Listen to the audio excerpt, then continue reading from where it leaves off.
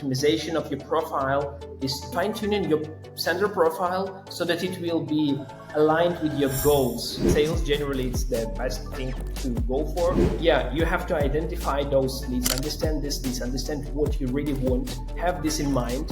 What are the main reasons people getting banned by LinkedIn? Like you should set up the right limits. The first one, never send a wall of text. This message, you can generate it using AI. Great advice, don't ask for a call. How the approach differs from cold outreach to this warmer outreach with your current network? That's funny, but size doesn't matter at all. You should do it right now. Let's get one thing straight. LinkedIn is not your online resume. It's not just for job seekers, and definitely it's not your self-promotion tool, meaning it's not your common social media. One of the most powerful tools for lead generation. That's what LinkedIn is about. Know what you're doing with your profile to actually bring you lead type of value than just being your glorified online CV. This is what we're talking about today. We have Peter, who's a seasoned expert in B2B sales outreach with LinkedIn automation. Peter had closed six-figure deals with Fortune 100 companies, built successful sales teams from scratch, and mastered the art of safe and effective LinkedIn outreach. Welcome back to Mastering Tech Growth, where we interview industry leaders to bring you actionable insights and inspiring stories. And today we're going to go on LinkedIn. Welcome to the show, Peter. Oh, welcome. Nice, and thanks for having me today. It's actually a pleasure joining the podcast. Thanks for having this, and actually already enjoying the setup. Like it's really professional, and I'm actually admired by your job. Your work that you are doing. You have so many interviews. You are doing it consistently, and that's really cool. The right thing to do it. Thank you for the kind words, Peter. That warms my heart on this very cold UK Friday. So we love to kick off the show with this question, Peter. When I say mastering tech growth, what comes to mind? Wow. Well, I would say that probably like that's about leveraging technology to get better results in terms of sales and just growing your business. I mean, like for any person that might be a different thing, and I would say it's just from one side it's just fancy words, and it's everything and nothing at the same time. But in my opinion, just in my understanding, it's your implementing these tactics, implementing these strategies and tools that might help you optimize the process of completing things. That might be different things. That might be establishing your own brand. It might be just getting more leads, bringing more leads to your clients. It might be a lot of things. So I'd say that's that's it. It's a big question, isn't it? We love asking this because it gives so much insight in how people think about growth towards businesses.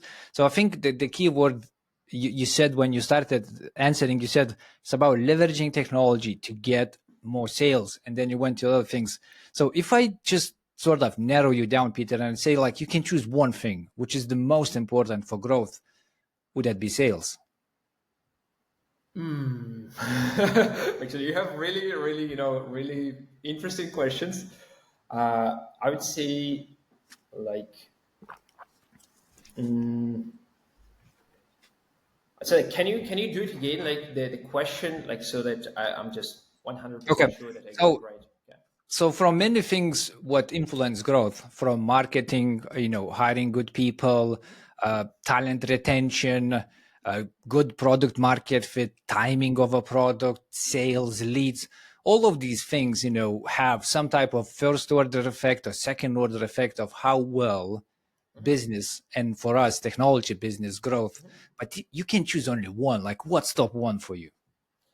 Yeah, I would say like in our case, it was always sales, right? Sales thing, because, I was a huge fan of marketing. Like, I mean, like marketing, it can bring so much impact, but you cannot just start doing it right away. Probably you don't have budget, that's a huge machine. So sales generally it's the best thing to go for. You can do it right away.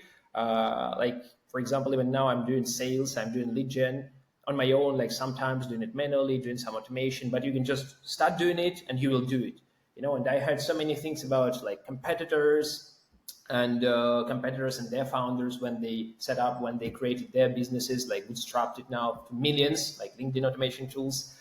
They've been growing their companies, they've been growing their businesses for a million, like doing these sales, half a Mm. million IRR or like million, they can do it like kind of manually, almost manually, always, and mostly relying on sales, on outreach. It's very efficient. It's very simple way to generate leads. And marketing, like if you talk to any person from marketing and if you ask like, I need some help in marketing, they would say like, all right, how much budget do we have?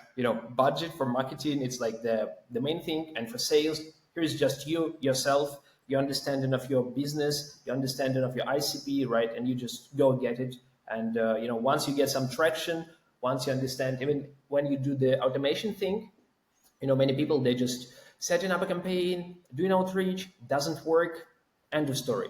Like it doesn't work, but it's not how it happened for business as well. So for example, for Get Sales, we've been struggling, man, for years. Like for years, we just on the same stage. We have a plateau of like 15K MRR for a few years. We just cannot move any further. And when you do this stuff, when you do sales, you can just change it. You have to, continuously change your ICP, change your hypothesis, bring something new, understand where is the traction, what works, what doesn't work, always iterate Mm. until you find the right thing. So actually that's funny because like for us at Get Sales, we've been focused on, like initially we've been focused on all people because what our understanding was that like all people need LinkedIn outreach, right? So because like it's sales, everyone needs it. Here is our ICP, like every person in the world who is running Neat. sales. Yeah. Yep. Oh boy, how wrong we were when we were thinking that way. And I would say like so many startups, they're still doing the same, mistake, just being too generic. And yeah, so coming back to the question, sorry for extending it too much, It's not but a problem. yeah, Okay. that's about yeah doing it quickly, doing it with your hands, doing it, understanding what works, what doesn't work. And it doesn't matter who you are. Like you might be a business development manager, you might be owner of the business. Like doesn't matter. Like it will work this way. Okay. I love how you put it. Marketing usually costs money, and there's some guerrilla tactics where people take the marketing on themselves. They go to events, talk with people. They wear a T-shirt, put a sign on their cars, and things like that, which Like this is one. not a big not a big scale, but you can sort of do it cheaply. But you're absolutely right. If you do marketing at scale, you're probably going to buy ads. You're going to buy ad space, Google ads, Facebook ads, Twitter ads. That all requires upfront capital to actually push your name out, and then potentially get the leads and get the sales. Yes. With what we're saying, you just go on LinkedIn Yeah, and yeah. you just go on DMs and you Yes. understand what you're selling and you just basically sell, right? That's not Yes. where the upfront capital come in play, isn't it? Okay, I love The that. best, the best thing, just a quick addition like that. Like I again see so many companies who are like testing different hypotheses, trying to find new niche for their products, and when they do that, like when you do it even manually, when you just start doing sales, you can actually feel what works, what doesn't work. I mean, like if you do the marketing campaign, how it will look like, you just buy ads, you just think that this might work, you just put it doesn't work, you spend 10K, you okay, it Mm. doesn't work, you do something else, it doesn't work. But actually there are so many other elements when you might be losing your leads, activation and just sign up issues, like so many obstacles on the way. And when you do it manually, completely different thing. I mean, like sales, when you start doing it, like you can leverage, and you should leverage automation, but in a smart way. Just you test it, you see how the conversation goes with the person. So your idea, not just to pitch something right away, more like exploring. And when you're exploring it, you're starting to understand better what is your value prop, what is the right value prop. So we did it Mhm. many times with Get Sales, and then like you see like this doesn't work, this is not that attractive as you thought, right? You say like, guys, we have this, nothing. guys, we have this, like nothing. And then like once like you start in this conversation, you feel in the pain, talking, like trying to understand it, trying to essentially help them, and this, understanding I love helps that. you to understand. Yeah, Yeah. it's a lot more intimate process when it comes to that market research and market discovery than having things at scale such as just buying ads. And to your point, that is gonna, you run a campaign, here's £1,000, and you just got some numbers back. Likely it yielded something, but it's not. It's Yeah. a big spend to understand what worked, what didn't, and I can confirm that. So when it comes, for example, for us, as a podcast, we have marketing in Reddit, and we have Google Ads and Spotify as well. Any campaign before you can draw conclusions is basically £1,000 or more. Like if you talk with campaign managers with these companies, they will go like, you can't just run like 20 bucks campaign and go like, yeah, I know what's going on. No, like you have to spend a 30 days with certain amount of Yes. traffic to actually draw a valuable conclusion that works. Doesn't it? Is expensive. So Yes. Peter, when I think about LinkedIn, and I get plenty of these messages, so I'll use myself as an example. I get these cold DMs often. Sometimes it's not called a DM, it's a better DM. So what I do is when someone reaches out to me, sends a connection, I click into their profile and I look at their profile, right? So that profile is almost like your first impression to me when I look at you, and you get like 3 seconds, to 7 seconds of me making an idea of who you are and what you're about, and do I want to talk with you. So when we talk about profile optimization, which we know is an actual thing, and according to LinkedIn themselves, profiles which are optimized are getting 30% more views and about 3 times more engagement than the profiles which are just not optimized, whatever that optimization means. And that's the question. When I say LinkedIn optimization, what is it for you? Like, what is an optimized profile and what is not an optimized profile? All right, so that's a good question. I would like to start with the part when LinkedIn says that you would get more views and stuff like that.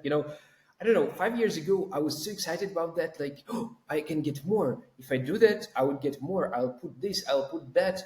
But then I realized that what it means essentially is that when people filter some leads on LinkedIn, when they scrape LinkedIn, and everyone is scraping LinkedIn because it's the biggest database, they would just find you. If you put your Hmm. location, if you put something else, like if you do a post, then there are many, like more people that will find you at the search result. They will scrape you and reach out to you. So this kind of optimization, I mean, like according to LinkedIn, it's kind of nothing because it's not it's good for them, but for people it's not that good. The second part is actually the real optimization of the profile, and again, like it's not just put some photo and background, anything like where you're working. So it's more about, like, I like when people say that your LinkedIn page should be kind of an advertisement, like ads page, which Hmm. shows what you can do, so which can convert, like consider it as a landing page, which can be really nice. Like, I mean, like, I like this approach. And for myself, for example, it's more like, that's what you want people to feel and do. In my case, for example, we're doing this test, what we will put on the background banner, and we test different hypotheses, some different value probe that might catch attention, make people go to the website, get excited about it. At the same time, this headline part, when you send a connection request, people can see the headline part. So, like, many people, they put the value prop, the pain they are solving. But for example, I decided to go a different thing. I'm using at this moment kind of more human thing. I'm saying that I'm proud dad of three, aspiring Ironman thing. So I'm showing that I'm a real person rather than showing this, pain I'm solving, because like too many people are solving the pain, right? And that's not good as well. So for me, actually LinkedIn compared to email as channels, that's like completely different things, because on LinkedIn you can do real connection with people. Like back in the day when I was doing cold calls, when I was selling computers, I was like, hey, like, like, how are you doing? How's your son? How's the wedding? And I was calling like every month to this lady, like, and then after 2 years, she was buying from me like for $100,000, and that was nurturing these relationships. And when you do on LinkedIn, like these days, you should do something like that. Not a real pitch. In many cases, it's fascinating because so many things that can be different, but in many cases you should really connect with the person, really connect, really try to think. Like, that's the same thing when you're selling. You're not trying to sell them. Like, if you want to sell, you never sell. You have to think how you can help them resolve their problem. You're trying to help them. You're trying to help them. You're trying to help yourself, like at the end of the day as well. But you're trying to help. That mindset should be there. So optimization, again, like coming back to this question, optimization of your profile is fine tuning your sender profile so that it will be aligned with your goals.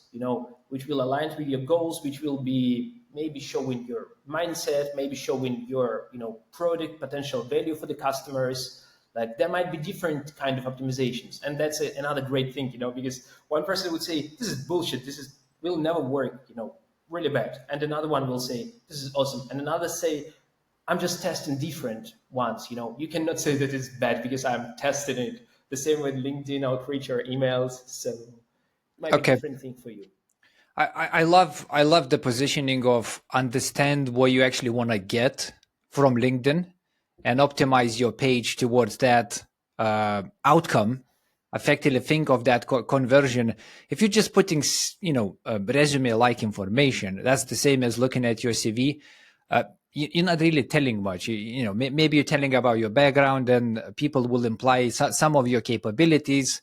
But if you optimize your profile and you're effectively very expressive in the sense of how can you help people, what type of problems you're solving, maybe that's in the banner, maybe that's in your tagline, that does help a lot more to understand what you're about. And I've seen this new, maybe it's not a new wave of thing when it comes to the tagline, but it's a very prominent now where people go, I help to solve problems, through some type of framework or way, and it's just everywhere now. Like any bigger profile you see, it's going to be like, I help to do this and this and that for that market, that industry, by doing this and that. And it becomes almost like your landing page tagline, which you see instantly when you land. It's like, boom, I know what that guy can do for me, or what the girl can do for me. That's effectively what we're saying, with optimization when it comes to that. What would you put in a banner? Like, you mentioned you're doing some A/B testing with different value propositions. So are we saying that the banner itself should be a continuity of whatever is our tagline? Like, we're saying, for example, I help B2B SaaS companies close million type of deals through my dedicated framework, something like that. That's our tagline. Like, what do we put in the image then? Yeah, I would say that it can be different things, but like when you do that, like usually what I mean, like you have some kind of vision. What do you have in mind? What is your strategy about right now? Who are your customers that you're trying to attract? You have this vision. You understand. All right, so I want to show them this and that. This is my unique value props. This is something that will spark them, and you'll put this, for example, some like call to action, something like really nice value that customers are thinking of, they're like dreaming of something, and you kind of giving it to them. But like you start doing that, and then after some time, speaking to some different people, you after like in a few months, you understand that you can change it, you can improve it, because it's not that good anymore. You're taking a look at that, you should like, all right, so for example, at this moment, I have like this instant get sales instantly for LinkedIn and email for agencies. Before that, we had something else. Before that, we had something else like unified inbox, blah, blah, blah. And the next thing that we would have is just LinkedIn infrastructure for like GTM engineers, like this kind of thing, because we're like shifting our focus. We are better understanding what we're solving. That's good because when you're small, you can do these iterations really quickly. And even for big companies, it's always a headache when you kind of solving the issue. For example, back then I was working at Split Metrics. We had this A/B testing software, which helps you to do A/B testing, like of your creatives for App Store, right? Yep. But that's A/B testing, and then like probably after that you can do A/B testing. This is the value prop, and then it's like after some years, after some months, it's becoming doing increasing conversions, right? Thanks to changing this, and then after some time you realize that it's not enough anymore, and you like prevent losing like hundred thousands on developing run ideas, run applications. And then you go further and you can dig down, you can like find something else because the market is changing, everything is changing, your understanding is changing, product is changing. So yeah, but Yep. the picture and the stuff again, it's just your internal world. You can be really open, smiling, you can show some kind of feature that you have, something unique. You can just show people what they want, and it depends. You Okay. can say that it's run. So I love what you put about the people, and I did saw your tagline about aspiring Iron Man and father of three, and what you mentioned as a people angle. I actually quite love the strategic position of that, if I can express it like this, because sales ultimately, people buy from people, and there's a lot what is a successful salesman, which is based on relationships. So I really love you sort of calling that one out. I want to talk a little bit about the search and keyword. So there is a term of such as LinkedIn SEO, search engine optimization, and if you put it in Google, you'll get tips like use as many keywords as you can, because people will be able to find you on LinkedIn, and as well if your profile is public, will go on Google and stuff like that. So when it comes to that, it's the same positioning, right? Like you first need to understand what exactly you want to achieve with your LinkedIn profile. Is it to find a job? Is it to make more leads? Is it to put yourself in a market as influencer, a thought leader? Have an understanding of what that does for you, and then use a keywords which express the same thing, right? It's not like you want to spread the whole internet with as many keywords as you can, or am I wrong here, Peter?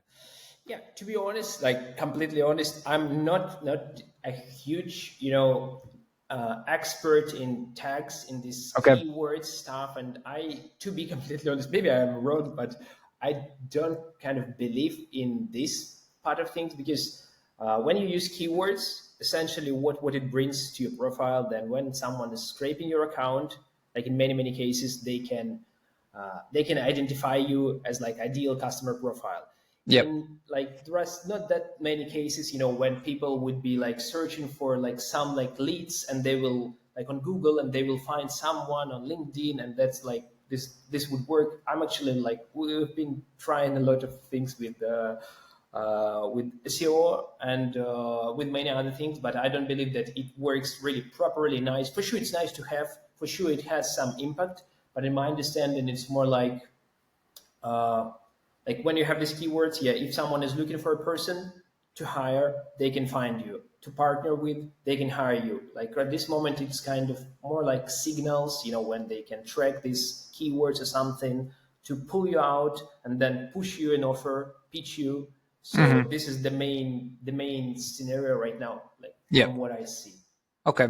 So effectively, all of that keyword driven optimization on your profile, that's what brings you the inbound leads. Let's say like this, people can find you, you will get that inbound Yes. activity, Yes. someone sending you a message. But what we're saying effectively is that that's a just waste of time to some extent, and you should probably concentrate on the outbound activities which you yourself can do by just going to LinkedIn network and finding people, right? That's so effectively, if we put a measure like inbound and outbound, your time is much better spent concentrating on a outbound and doing outreach yourself. Yeah, I would say that here is a trick actually, and these days, like this year, like last year's, this brand, like your own brand on LinkedIn, and kind of driving this, inbound leads to your profile is working really nice. But it's the matter of how you do that. I mean, like keywords and stuff like that.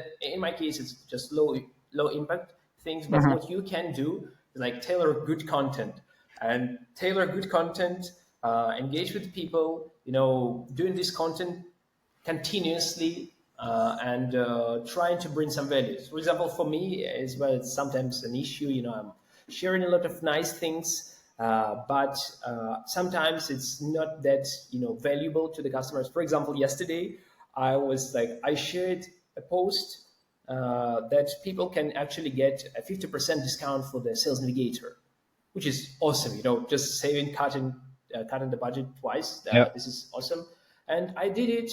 I didn't do any promotion from other sender profiles that we have. Just to push it somewhere. I just posted it and said, like, guys, who want to get a contact of this person who can get you this, just comment. And they started commenting. Like I got like one like, then one comment, then one another, and I ended up by having like 30 plus comments. There were really many people. They saw this content, they saw me, they saw what I'm doing, they understand that I'm an expert in this, like in this field, and this brings me leads. So when they do that, when they see it, they can follow me, they can start consuming my content, which is extremely valuable for them, right? And they will end up by being my customers for sure. So, and this thing works. So your content creation, engagement with other people as well, that might be, seeing you somewhere, just connecting with them. Again, like I saw a few influencers that are doing that. She's saying like, every day I spend 1 hour, or like half an hour, and I'm commenting on like 10 people's profiles, something like different posts, and they'll see that, they'll appreciate it, they follow back, they just start following her there, and she gets more attention to your profile. More people are coming, and she will, for example, posting some content that how you can be just inspiration things, and how you can hit some goals, blah blah blah. So they start following her, and this works. So inbound is super nice, and actually inbound in many cases, when you do this content on LinkedIn, it can be even more impactful than outbound. But what is very important here as well is that when you send a connection and then you're going to pitch your lead, right?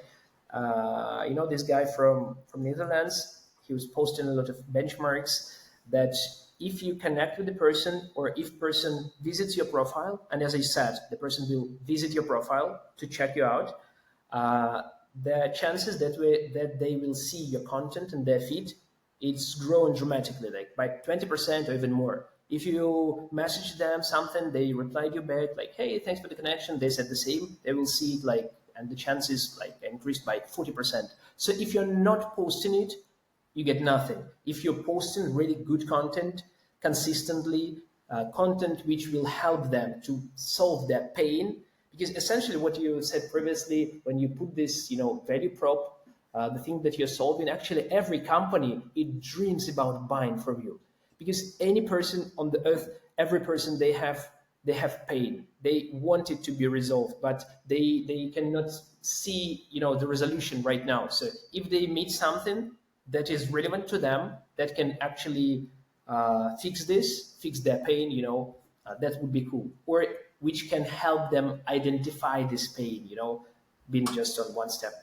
Yep. I love that. Okay. So, I mean, content strategy on LinkedIn in general is a huge topic, and just for our listeners, we will be unpacking that in future episodes. But this one is about automation with Peter. But you are absolutely right. All the tips you gave, Peter, it's, such a big topic when it comes to content.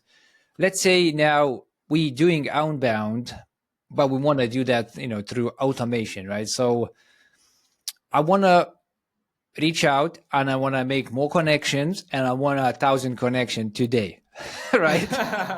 Which we know that's yesterday. Yeah, just bring it down. Amazon Prime, lend me 1,000 connections. I mean, we know that's not a reality. We know that LinkedIn doesn't love that. You will get flagged so fast that tomorrow you'll wake up and you'll be like, hey, why my account is blocked? Well, because it doesn't allow like that, right? And then you try to do some connections, and you put like a generic message, and you go like, hey, I'm Mike, can we connect or something like that? People, professional at least, people will look at this and go like, I have no idea who you are. They will simply not connect. That connection request will sit in your connection outbox, and the more you have in there, that's not good as well. So there's many like hidden LinkedIn rules, which they look to for you to not become a spammer within the system, right? So the question, if I'm starting with this automation, which I know market is doing this, so I want to participate in that. How do I make sure, first, I don't block my account? Second, I do that in such a way that it becomes a value add and it actually starts building my relationship with my future network? Yeah, that's an awesome question. Actually, I would say there are like three elements. The first element, initial element, is generally if you have an idea of what you're going to do and what you would like to reach. Because automation, it can be used for multiple things. It can be just helping you to do some follow-ups after the conference. It can be just helping you to connect to this database of relevant people, just to connect with them, and they will see your content. You'll be in touch with them later on, and in some cases you want to test hypotheses. In some cases you want some leads. You want to book a demo, right? So it depends on what you really want.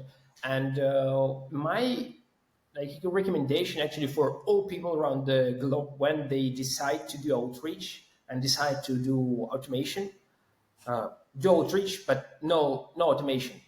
At the very beginning, no need for automation. Anyway, when you start automation, you should start really slow. So for you should understand, all right, what I'm going to do.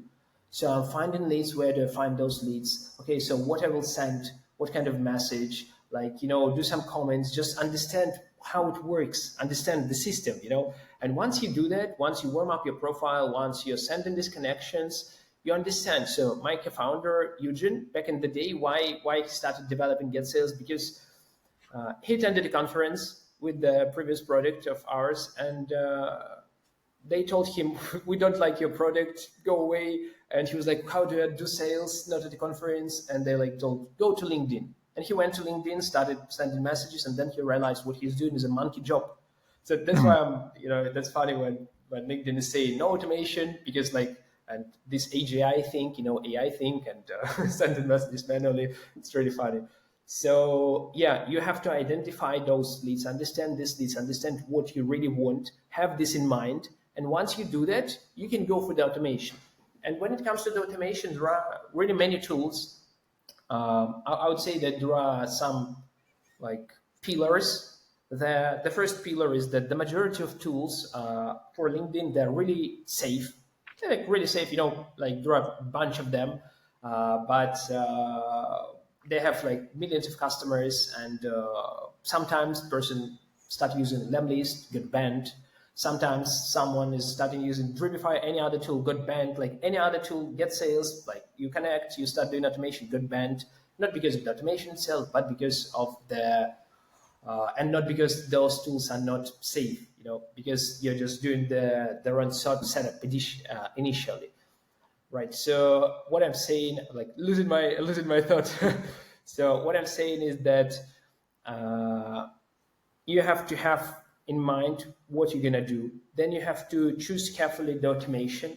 Ideally, you should choose some software that has been operating for a long time, because there are so many new tools, AI agents, automation tools, and all new players. They're missing a lot of security features, vital security features, and everything. Even if everything is fine right away, tomorrow it can be different. So you have to go through this way of making so many mistakes, securing this process, protecting accounts of customers.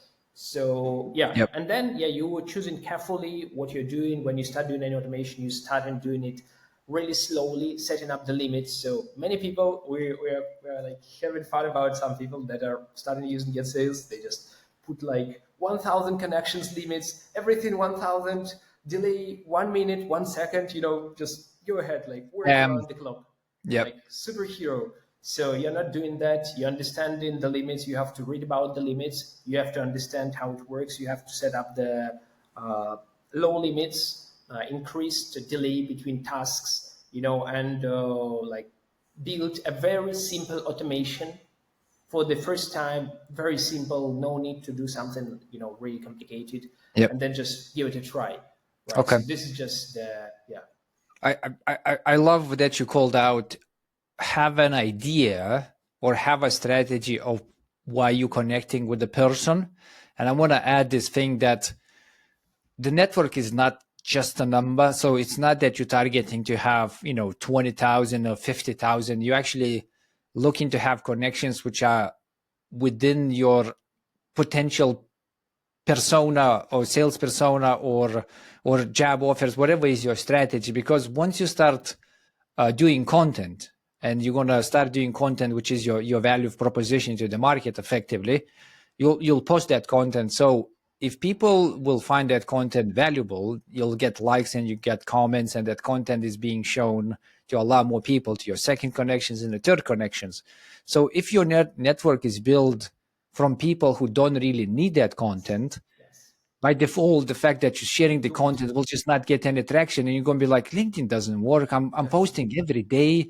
No one likes my stuff. Well, it's because your network is just random. Recruiters, bakers, mortgage advisors. When you're posting about startups, right? So it's important to have a strategy of how you grow your network.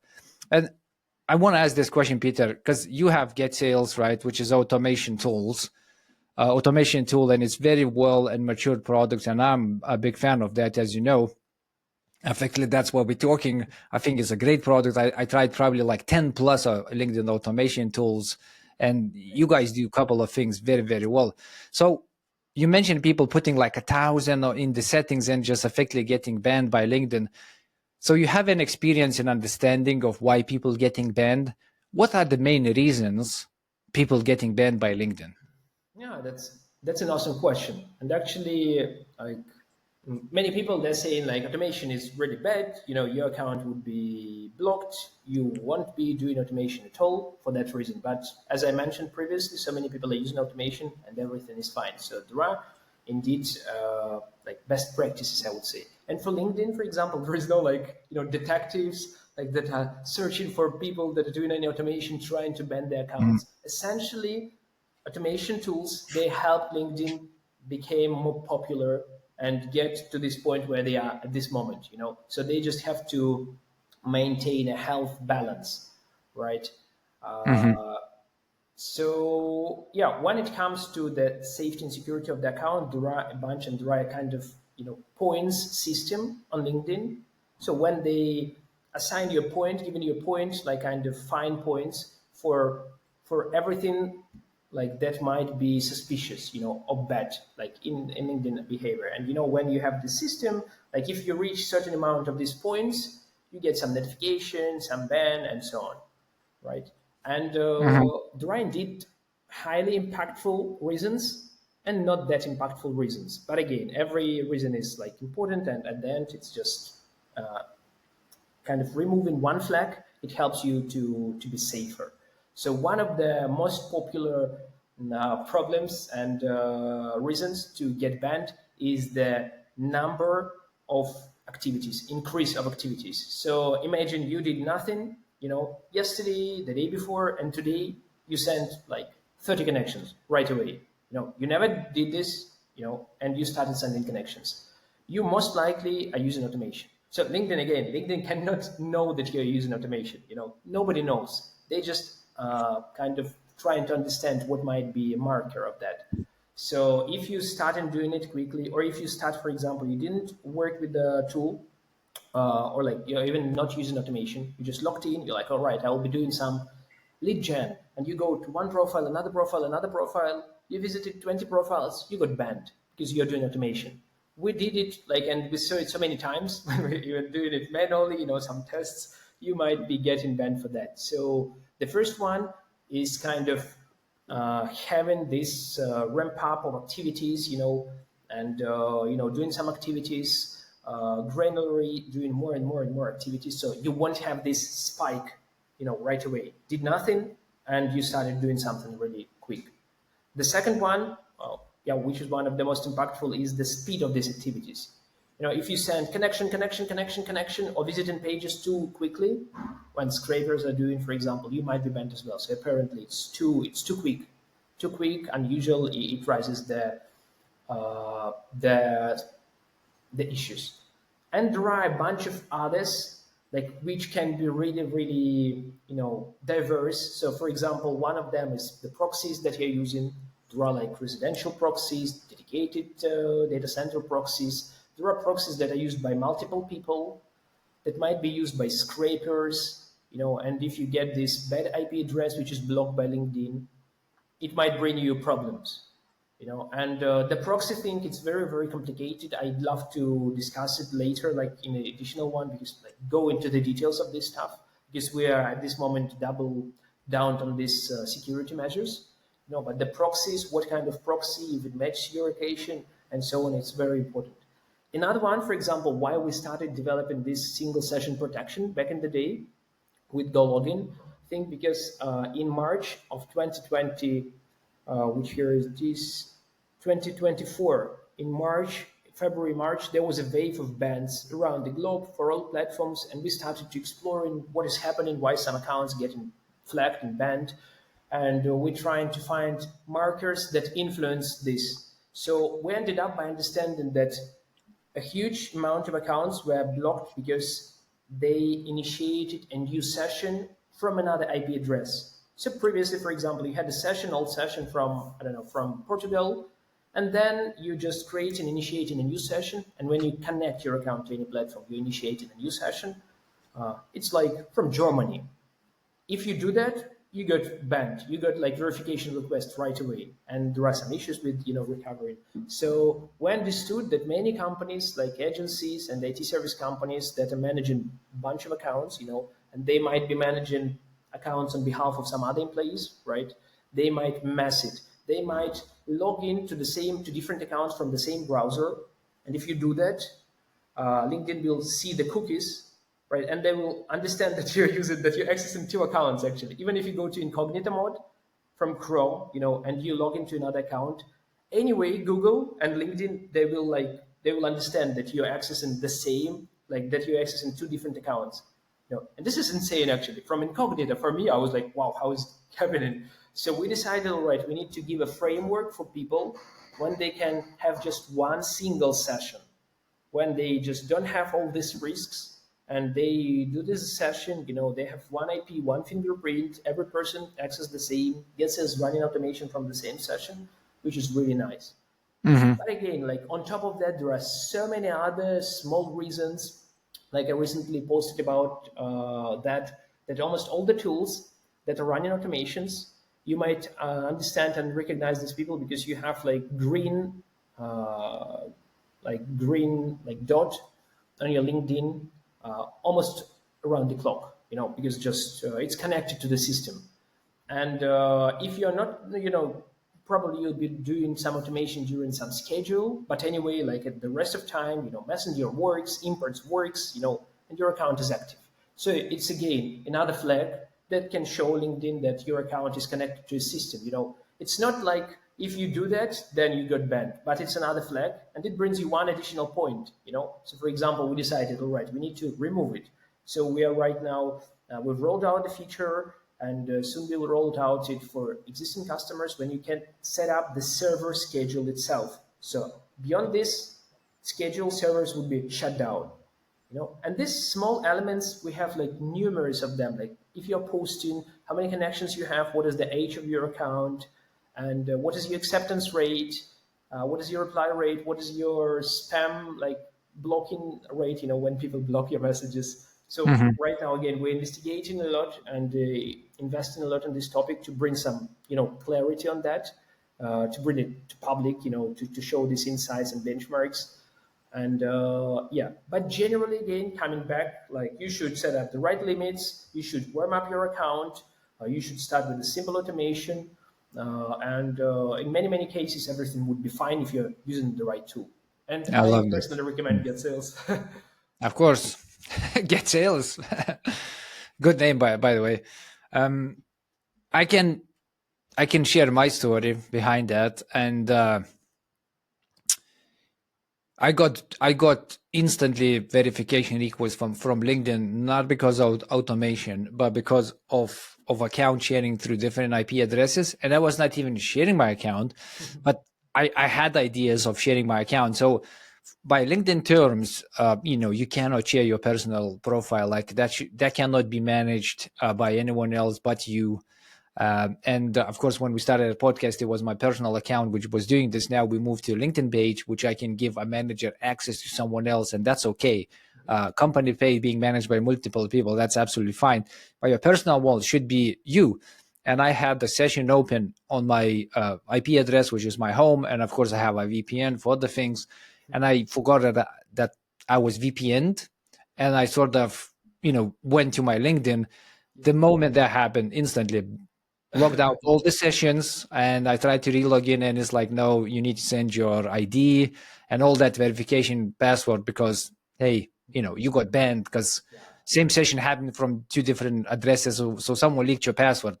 That's a sort of like security measure. But from that perspective, when you think from LinkedIn's perspective, like you can't share your account. And the small red flags, just again, to add to that, has impact on your content and how your content is being shown. I had, I wouldn't say automation issues, but we were sharing a content, and at some point I was starting pushing the content through DMs. So I was, going to my network, and I was going like, hey, we'll launch the podcast, do you mind checking this out? And I had that message, which is literally the same message, and I was just copy and pasting through my chats. And it wasn't automation. I was doing that manually because I was aware of the fact that I could, potentially get banned. But I think what happened, people went like, Mike, you're becoming a little bit annoying over here. And they probably just blocked me or somehow reported my message as a spam or, yeah, Yes, and exactly. Yeah, that you're sending links as well. So it's in many exactly. cases, like Yep. at this point of time, we're talking to many vendors. They're Yep. saying like we're not allowing anymore sending links in direct messages unless you get a reply from lead. Otherwise, it might be a flag to ban account. It's just another Yep. point. This market. Yep. Exactly. And I didn't got any ban. I didn't got any sort of like issues, but our content reach when we post, messages on LinkedIn went down by Shadow ban. Shadow seven or ban. yeah, like a lot. I mean, it went from thousands to hundreds. Like I was like, what happened? And that's what it's called, getting a shadow ban. It's like, you can go complain to LinkedIn and they're going to be like, whatever, man, it's a system. Like that's what happens with the shadow ban, right? There's some suspicion that you're doing something wrong. And I'm still recovering from that, by the way. So that's like recovering from that, going back in the good eye of LinkedIn is actually, it takes time. So I want to talk about now these messages. So we built the strategy. We thought about our network. We connected with potentially our content strategy for LinkedIn. We optimized the profile, which is again, with some hypotheses around our value proposition. So we sort of doing all of that.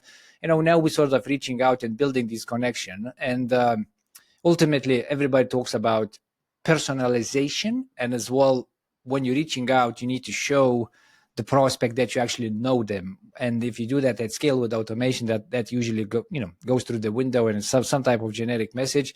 Everybody sends that it's automation is generic. What is your approach, Peter, and what is your recommendation and tips to our listeners? How can they get most success out of these first connection messages, and then the proven 3-touch follow-up strategy to actually get into conversation with potential prospects? That's a great question, and actually there are many ways and options what you can do. I would say that there are like things that you shouldn't be doing, and there are like just logic. When you think of that, like there's a logic that you should follow. And I would start like from, I would just drop some small elements that might be helpful. The first one: never send a wall of text. Never ever do that. If someone is like asking you on LinkedIn, just generally, you send a message, someone saying, what would you want, and you just push in a bunch of text. Never do that. Never do that at all. Like the second thing is that usually when you connect to a person, like person is not stupid, and they understand that you want something, so what you're gonna do? Like if you want to reach out to me, like you'd say, hey Peter, how's it going? Like I'd love to connect. Like thanks for the connection, mate. I actually like I'm admiring something about you. Like this personalization stuff is nice to have. That will show that it's not automated. it shouldn't be personalization. It can be something, a sign of that it might be not automated. For example, you're saying and using this liquid variable like Happy Friday, that's already good. If you put some message, some joke like, oh, like thanks for the connection. I hope you like blah blah blah. Because I'm usually people are ghosting me, haha, like, and when they read it, they understand it's a joke. It's a good bad joke, but it's a joke, and it's not kind of generic outreach in many cases. So that might work really nice. But overall, I would say that personalization, although it's important and that works awesome. Like in many cases, we've tested so many times. If you send a message, you're saying, "Hey John, nice to be connected. Blah blah blah. I've noticed this and that. This is really cool. For example, I'm doing this and that. I'm sharing the same values with you, man. So that's great. So do you mind if I ask a question? I actually wanted to ask your opinion on that. Do you mind do you mind sharing your thoughts about this? Something like soft, and you kind of put this personalization first. Like you might not like you shouldn't be doing this in one message. You can just do this first, like a good compliment, and then they will reply you. In many cases, they will reply you. And then if they not reply in a day, you say, oh John, I forgot to say that I actually wanted to talk about this and that. Do you mind if I share some details on that? Like, what is your attitude to this and that? He will just, okay, he can just ignore this message because he's busy. Like there are many people, they might be, okay, I don't have time, just get straight to the point and stuff. Like, so this personalization stuff, generally it's not that important as relevance of your offer. So when you do offer, when it's a good tailored offer, when you offering it to the right person. So even like if I got a request from a person the other day, and we got connected, and he said, are you interested in database of like 750 millions of leads from LinkedIn, blah, blah, blah. And I was like, yeah, share more details. Because actually we're sometimes thinking about this database as well. And I was like, okay, like share it because, it's relevant to me. So relevance itself, it's good. But this personalization step, it increases the chances for a good connection and for reply rate dramatically. So if you can do that, this is awesome. And are we talking about like, you do this manually, or are we talking about personalization at scale, which is just, the tool itself can go to other profiles and sort of fill the gaps and help you to build personalized messages? And yeah, go Peter. Yeah, at this moment, I would say that there are, how do you put it? Like you can, it depends on the, on the person you're reaching out to, like how competitive, the attention of them. I mean, like how many people are reaching out to them. You might be thinking of that as well. And in many cases, like what we did many times, we like Get Sales is actually scraping information about headline, about position, company, everything.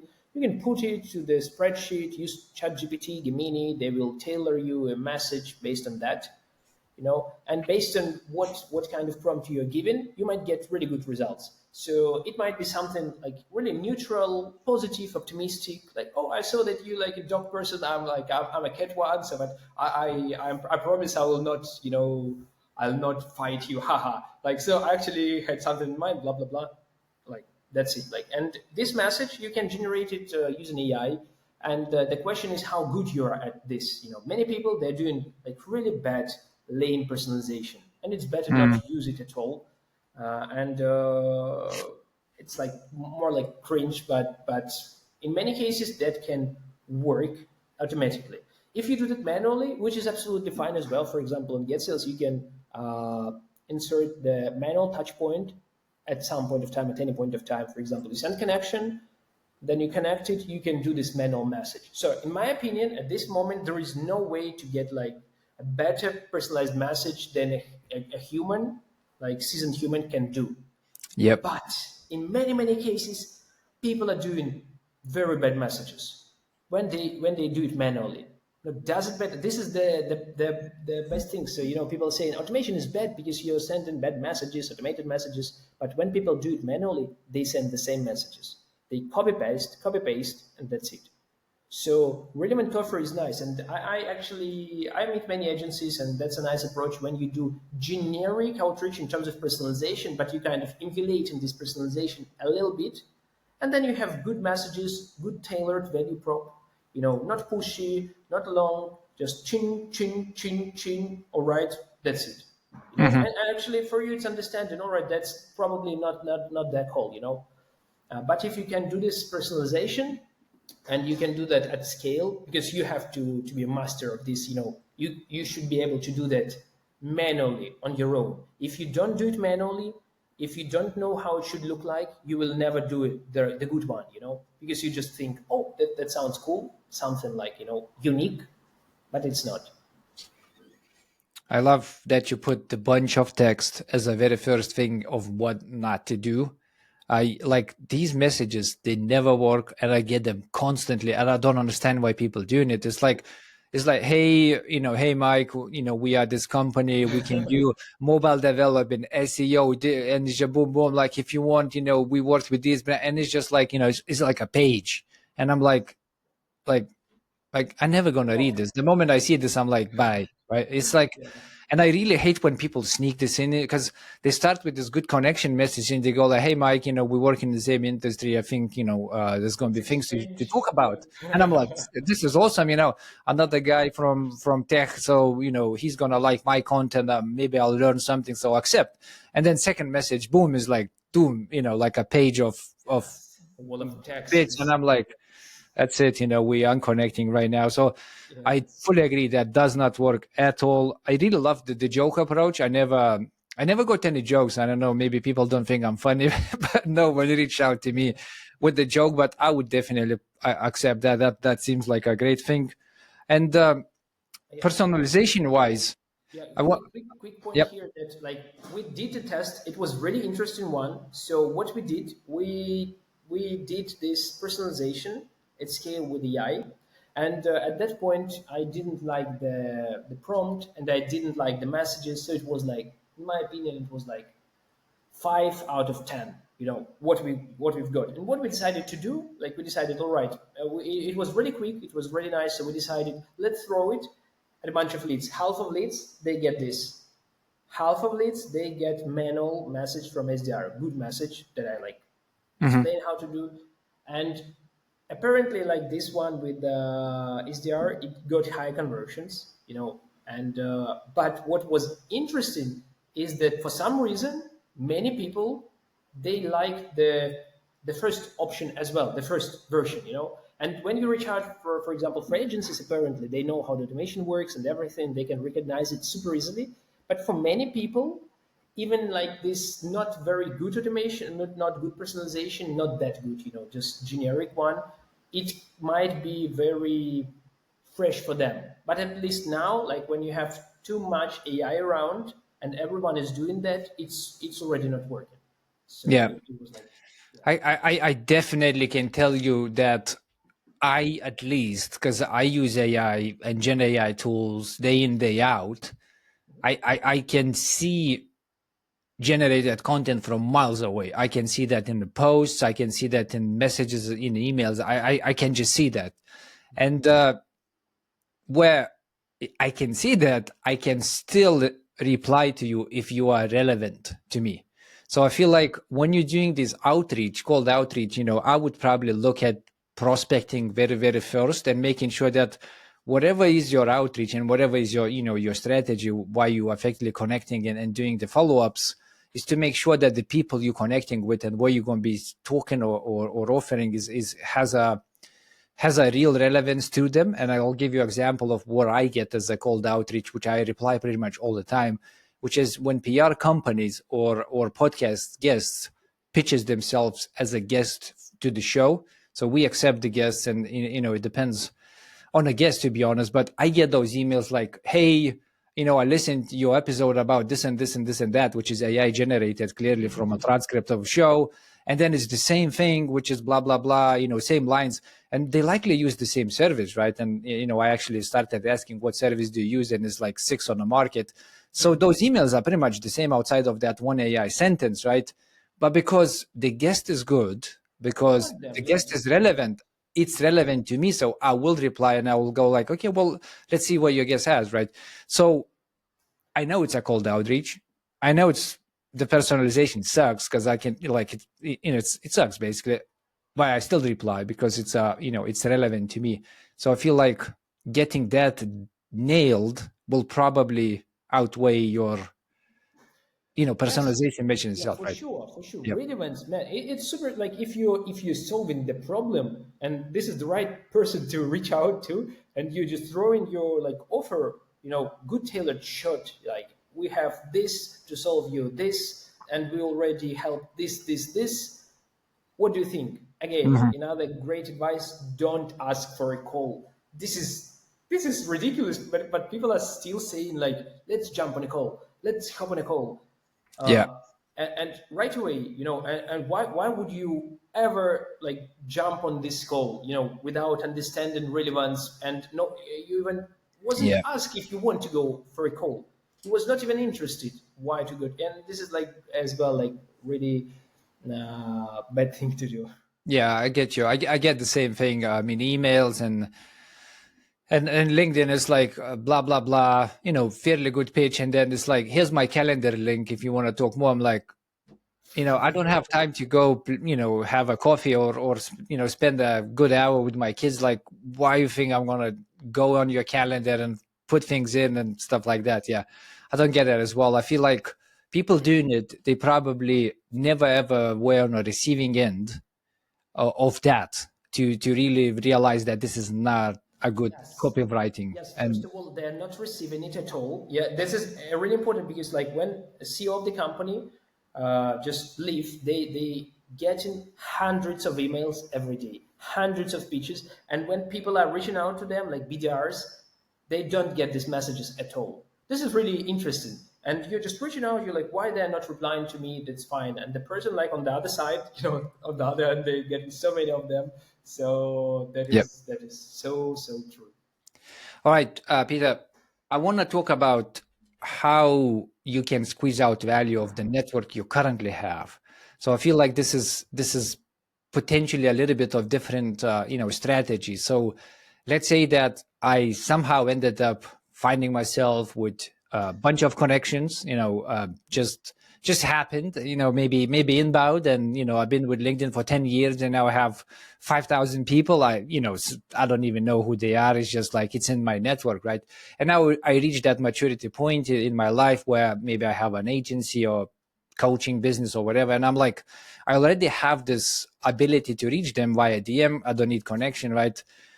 What is a good way of thinking about filtering your current network to potential prospects, and then sort of, maybe pulling them into whatever is your value proposition, a lead pipeline or whatever, and see if you can get some value of it. It's like how the approach differs from cold outreach to this warmer outreach with your current network. Yeah, I would say that the approach actually is pretty much the same. The thing is that in many cases, people are not thinking about their current network at all. So they just, okay, I'll do the job. I'll reach out to whom. Okay, let's go. But they don't think that they already have a huge network in this area. And if they just filter it using basic search on LinkedIn or Sales Navigator, if they, for example, scrape these leads to get sales, where they can reach with the positions, locations, blah, blah, blah, they can just, create so many small segments and then, just nail their like messages for different segments and just like send these messages, send the automation, send them manually, like, oh, we've been like connected for a bunch of time already, so how's it going? I'm following this content, blah blah blah. I actually have this and that for you, like, or just generally you're connected already, so you just visit the profile, do the like, do a comment to a person like you have already on the network, so they're almost warm leads, and then you just throw in the thing that you have, like. And actually one interesting thing that many people are doing, they send connection, got connected, they're saying, all right, thank you for the connection, let's keep in touch, we're actually doing this and that, so in case like reach me out, blah blah blah. That's it. They don't pitch. They take this post and then like in a week, in 2 weeks, they continue, like they like, by the way, like we have this and that, we've just released nice benchmarks for like apps like in health category like yours. So I thought that might be relevant to you. So check it out. Hmm. And Okay. so So, because they are warm, effectively, we just want to filter that down. So, in a way, segment whatever we currently have with within our network. We want to think about these segments and what we can actually offer to them, and then potentially reach out. Start having conversations and see if we can bring them through the pipeline. And hopefully, the strategy is to make a sales or whatever. yeah, What? So, I want to and ask Peter. Yep. yeah, one more thing here is that in many cases you can try as well trying to if you're connected with these people, there are different types of network. If it's just your real network, the people the people that you've been growing over time, you know them very well, they know you too as well. In that case, you can not only pitch them something, ask them if that might be relevant, but you can as well ask who might be interested in your service, so they can provide Mm. recommendation, they can make an intro, like you say like, oh John, like we've been like, how are you doing? I've just launched the podcast, so I'm like interviewing cool guests. I'd love to have you actually, like, since you're working as like or at this company, and maybe would you like to join? He was like, no, I actually don't have time, blah blah blah. And you're like, oh cool, thanks. And maybe you know someone who might be interested in that, or maybe someone who is skilled in this and that. And he was like, yeah, I know this guy. Like I'll do the intro. They can create this chat. So you should be thinking of that, because it's a really really nice when you do the referral thing, like in terms of sales, in terms of just check out the product, meet my friend Mike. He's doing a lovely podcast, and like Yep.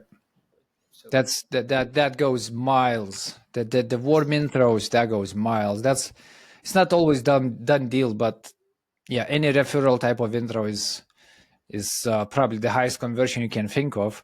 So what I wanted to ask Peter is about rebalancing your portfolio or your network, right? So I use that term from an actual, financial rebalancing of portfolio, where you looked at, you have too much exposure to certain stocks and you're going to sell that and buy something else. So you just rebalance that you have a, not nice balance, right? So I look at my network in a similar ways, where I recently looked at it and I'm like, you know what? I have way too many recruiters in my network. That's from the days I was looking for work and things like that. And I'm like, they don't really comment. They don't, like my post. And I don't think it's really relevant to them, right? Because I talk about technology and a podcast and leadership and just scaling basically, startups, right? So I'm like, I would love to disconnect them from my network and replace them with people which are more relevant, to the content I'm producing. But at the same time, I don't want to lose, the size of the network, right? Because it does matter, right? It is a sort of like a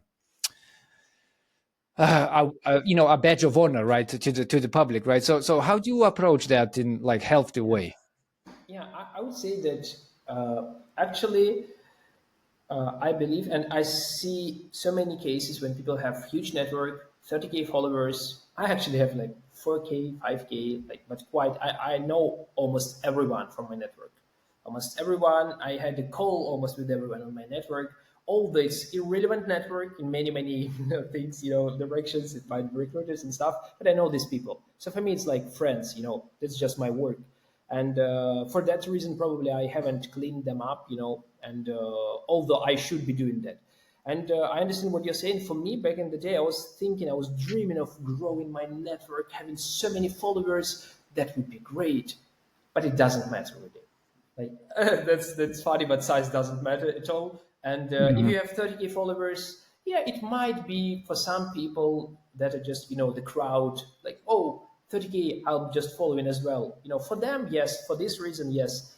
But that's in my understanding, is just a small thing, because when you have cool relevant content and you have relevant people that engage with your content, what you said previously, this is awesome.